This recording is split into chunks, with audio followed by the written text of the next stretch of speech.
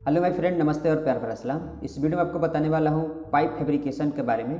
Pipe का dimension हम कैसे निकालते हैं और कैसे हम मार्किंग करेंगे पाइप को कटिंग करने के लिए कि हमारा पाइप जो है छोटा ना हो, बड़ा ना हो।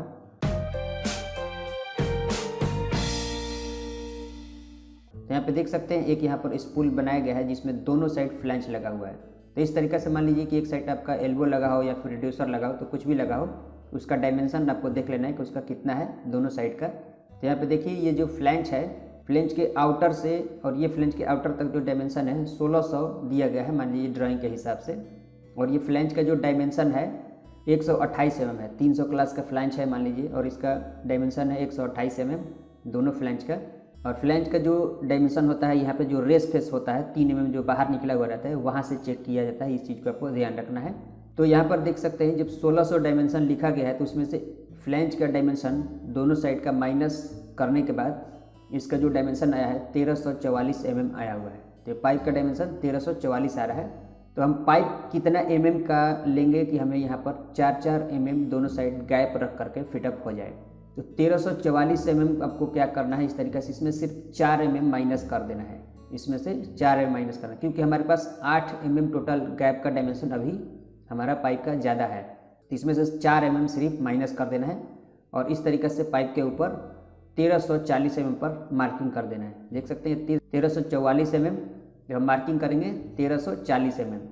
अगर आपको कटिंग नहीं करने आता है, ग्राइंडिंग नहीं करने आता है, थोड़ा ज़्यादा टाइम लग सकता है, टेढ़ा मेढ़ा कट सकता है, अगर आपको डर है पूरा डायमेंशन ले सकते हैं, 1344 पूरा ले सकते हैं। तो इस तरीके से आपको मान लीजिए कि आपको सही से ग्राइंडिंग और सही से कटिंग करने आता है तो आपको फिर भी 4 mm प्लस रखना है कटिंग करते समय।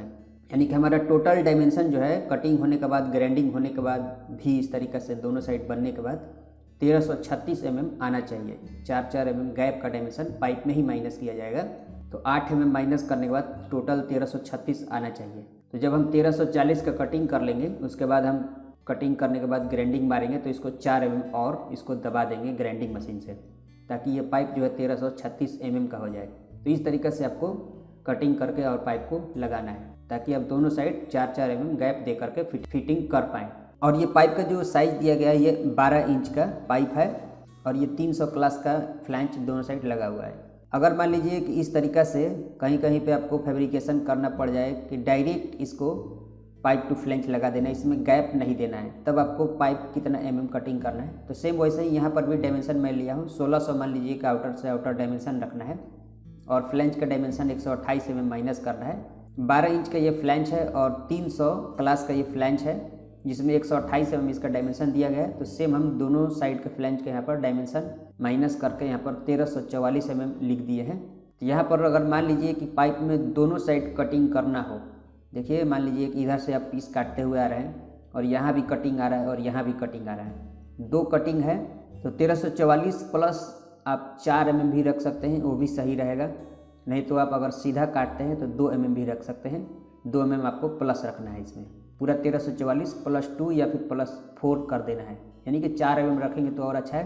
कटिंग करने के बाद आपको ग्राइंडिंग वगैरह मार के 1344 ले आना है ग्राइंडिंग करके। अगर मान लीजिए कि एक ही कटिंग में आपका पाइप जो है निकल जा रहा है तो आप फिर भी 2 mm आपको प्लस रखना है। 1344 में 2 mm प्लस रखेंगे, बिना गैप दिए ही ये फिटअप किया जा रहा है। तो आपको इस तरह इसको डायमेंशन लेना है, यानी कि टोटल डायमेंशन लेना है 1344 +2 mm और ये मार्किंग करके कटिंग कर लेना है और भी और ग्राइंडिंग मार करके पूरा 1344 पर करके इसको ला करके इसमें लगा देंगे। अगर आप भी वाला फिटिंग कर रहे हैं इस तरीके से 4-4 mm गैप देना है तो आपको इस तरीक़ा से माइनस और प्लस करना है। देख सकते हैं जिस तरीक़ा से ये किया गया है, यानी कि हमारा 1600 डायमेंशन है उसमें दोनों फ्लैंज का डायमेंशन माइनस कर दिए तो 1344 बचा हुआ है, जिसमें आपको और 4 mm माइनस कर देना है ताकि ग्राइंडिंग करने में ज़्यादा टाइम ना लगे।